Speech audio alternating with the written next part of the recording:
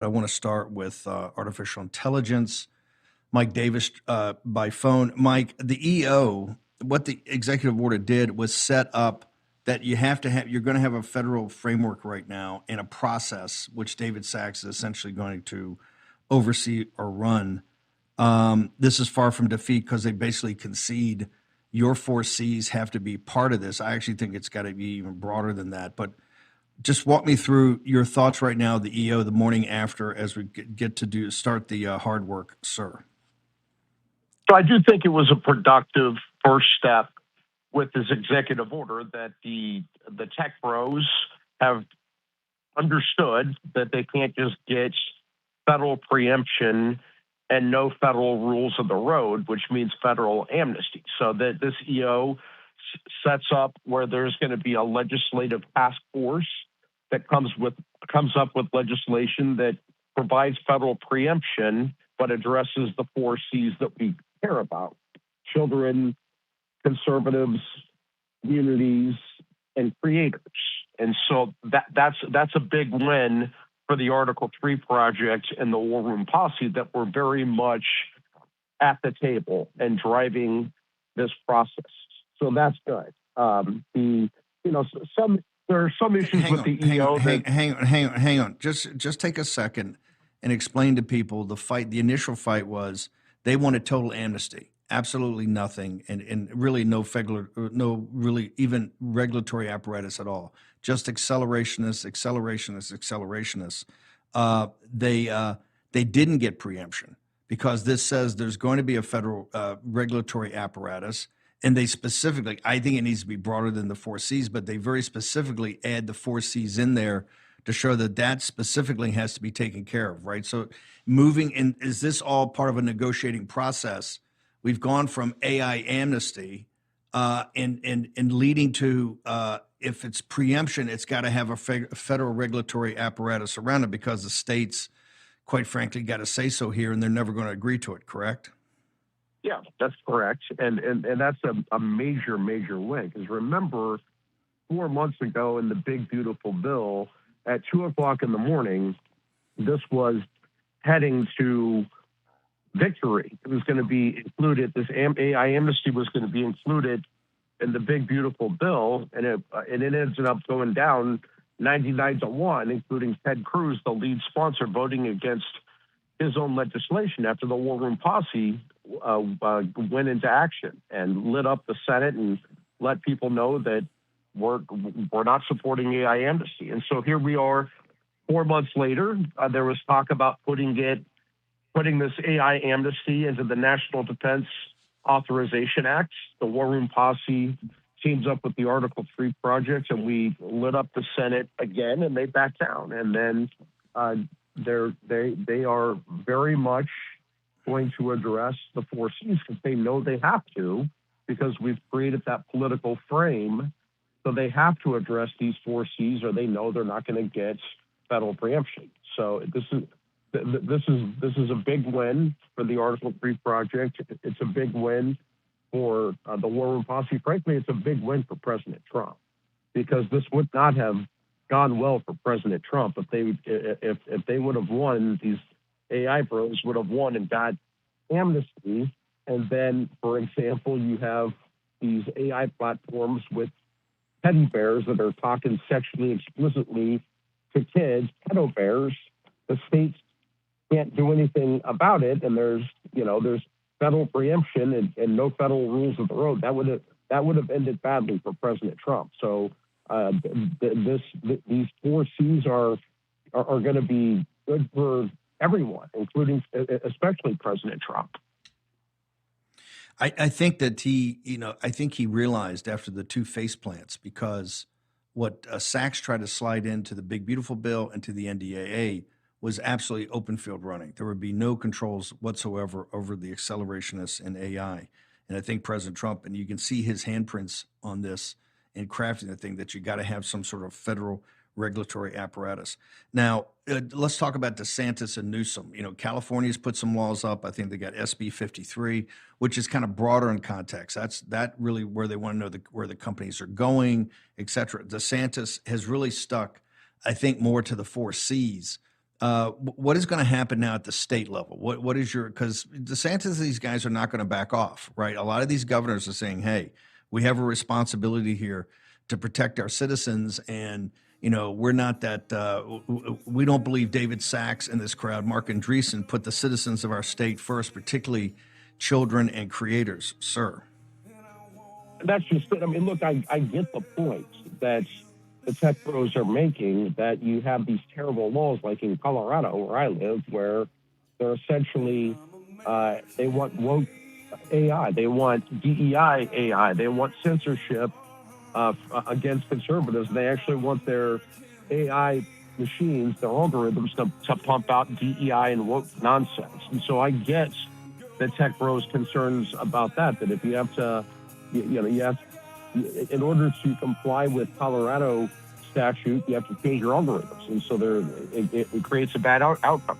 And so I'm not totally opposed to preemption. I get why they would want a one rule of the road for them, but they have to have a rule of the road. They have to address, at a minimum, they have to address the 4 C's in order to make sure. Look, as you know, Steve, we tried this with the tech pros. We gave them Section 230 amnesty, 20 years ago, or almost 20 years ago, and look what it led to. It led to Google, Amazon, Facebook, and Apple that crushed competition, shuttered small businesses, and canceled conservatives and others with whom they disagreed. They became, these big tech platforms became trillion-dollar monopolists that did the government's bidding and did the Democrats' bidding. We're not going to let that happen again.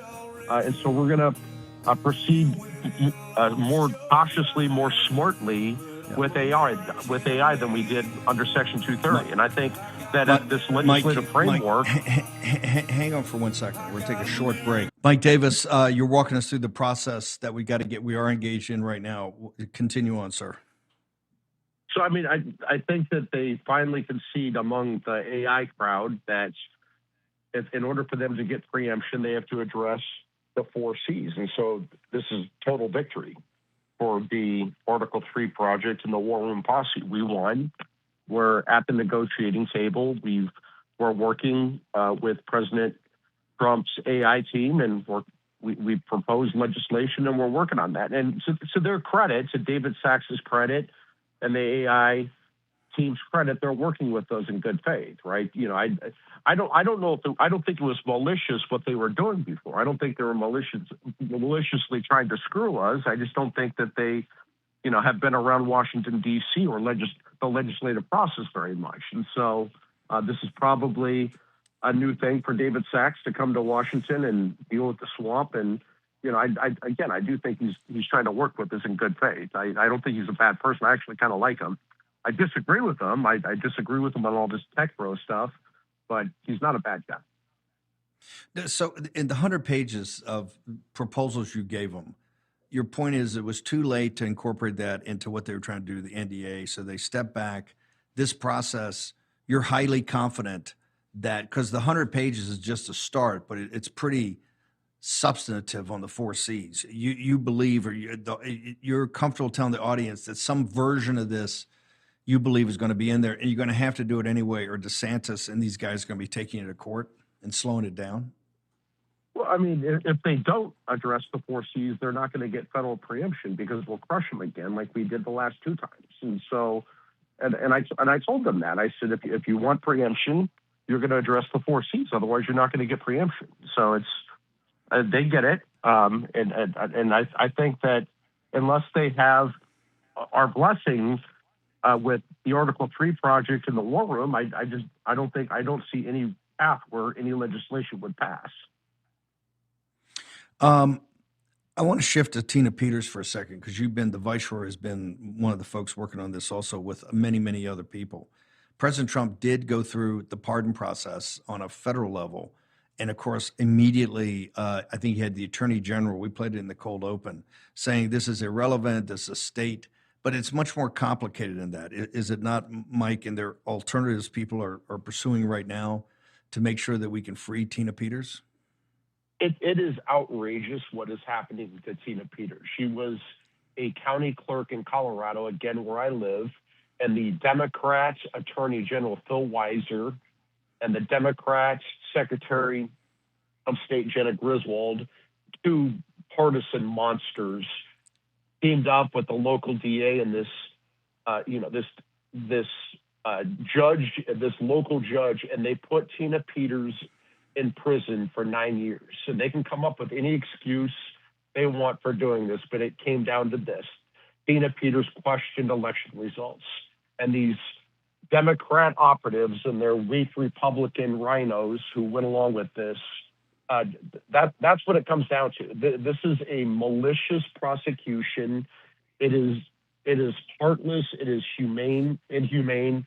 It's just awful. She was a 69-year-old woman who they put in prison for 9 years. Now they have her in solitary confinement, that she's getting abused by other prisoners. She's being abused in this prison. I mean, they have her in solitary confinement, and they're saying they're doing that to protect her, according to Tina Peters' allies who have reached out to me.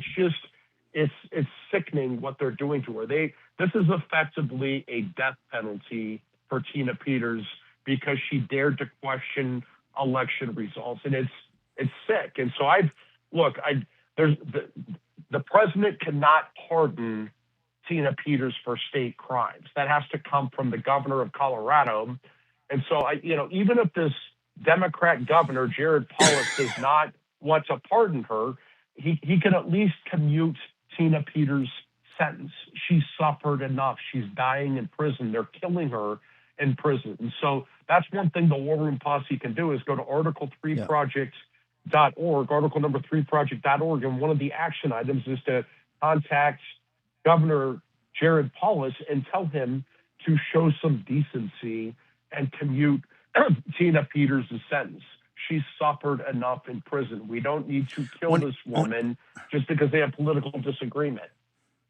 Not to get too far ahead of things, but it is, they took her up on state because they realized in federal she would, if there was federal charges, ultimately, if we got back in power, she could be pardoned.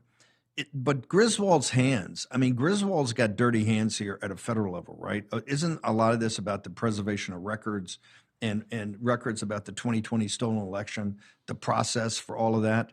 And Griswold herself is dirty here, and I'm sure that's being looked at by a number of people, sir. Griswold is a malicious partisan slob, and she should really be ashamed of herself. I don't think she's capable of shame because she's such a terrible human being. But what Jenna Griswold did here to Tina Peters is it's monstrous. Jenna Griswold is a partisan slob, and it's disgusting what she's done here. And yes, we should. I'm very happy that the Attorney General Pam Bondi and Harmeet Dillon, the head of the Civil Rights Division, opened up an investigation on the Colorado prison system, and that's almost certainly going to include the mistreatment of Tina Peters in these Colorado prisons. Mike, one last topic, and thank you for taking time away to join us by phone. But you saw what happened in Indianapolis last night. But this is inextricably linked with the progress we're making on getting legislation and nominees. We got Mark Walker, who's going to be on the show right after you bounce. That's been, I think, 8 or 9 months and hasn't been confirmed yet. This issue about blue slips. I know Senator Grassley's working through this right now, but this issue about blue slips and the issue about the filibuster, because, and I think President Trump has been adamant about this, unless some things change, he's not going to be able to implement his plan. And you got both the blue slips for the judges and really for the U.S. attorneys, and you've got this, you got the situation of the filibuster. Can you take the blue slips first and explain what it is to the audience and why President Trump wants changes and why he's so upset about it? Look, and I get that. I've been fighting with people all night on X and all morning on this issue. I hate blue slips. I got rid of blue slips for circuit judges when I was the chief counsel for nominations 8 years ago. When I worked for Senator Grassley, we got rid of blue slips for circuit judges. And so that's how President Trump was able to confirm a record number of circuit judges. I tried to get rid of blue slips for U.S. Attorney, U.S. District Court, U.S. Marshal, but there was way too much opposition in the Senate to getting rid of those, including from too many Republicans. And that's the issue. What angers me is when people are blaming this on Chuck Grassley, my old boss. This is not a Chuck Grassley problem. It is a Senate Republican problem. And so what needs to happen is if we want to get rid of these blue slips for U.S. Attorney, U.S. District Court, U.S. Marshal, John Thune needs to work with the Trump White House and round up 50 signatures, at least 50 signatures from Senate Republicans, including every Senate Judiciary Republican, saying that they will vote to confirm U.S. Attorney, U.S. District Court, U.S. Marshal nominees who lack blue slips. Right? That is going to be a very tall order, because here's the problem: too many Senate Republicans do not want to give up their blue slip power. So but to blame Grassley for this is what really pisses me off, because it's not Grassley's fault. He doesn't have the votes. If you have Senator John Kennedy, for example, or Senator Tom Tillis saying they're going to vote against these nominees who lack blue slips, then Grassley can't get them out of the committee. But by the way, just for the audience, blue slips is the way that senators in their states for U.S. attorneys, U.S. marshals, and certain judges can actually override the president's choice, correct? I hate blue slips. It's a BS 100-year-old plus tradition in the Senate where home state senators get an absolute veto over the president's pick for U.S. Attorney, U.S. District Court, U.S. Marshal. And I say this somewhat jokingly, but it's not really a joke. These home state senators do not want to give up the ability to hand select the U.S. Attorney who could prosecute them, the U.S. District Court judge who would oversee the trial, and the U.S. Marshal who would escort them to prison. Again, I hate blue slips. We need to get rid of them. But if we want to be smart and actually win, we should actually direct our energy to fixing the problem instead of directing our energy to dividing the Republican Party and going after President Trump's most effective Senate ally, Chuck Grassley. We got about 30 seconds. You're a traditionalist, but you agree that we got to get rid of the filibuster and we have to do it now? There's no question we need to get rid of the filibuster for legislation. We got rid of the filibuster for nominations. Now you can get nominees confirmed with, 51 votes or 50 votes in the VP. We need to do the same thing with legislation. It currently requires 60 votes to pass most legislation. I would say to Senate Republicans, don't be stupid here.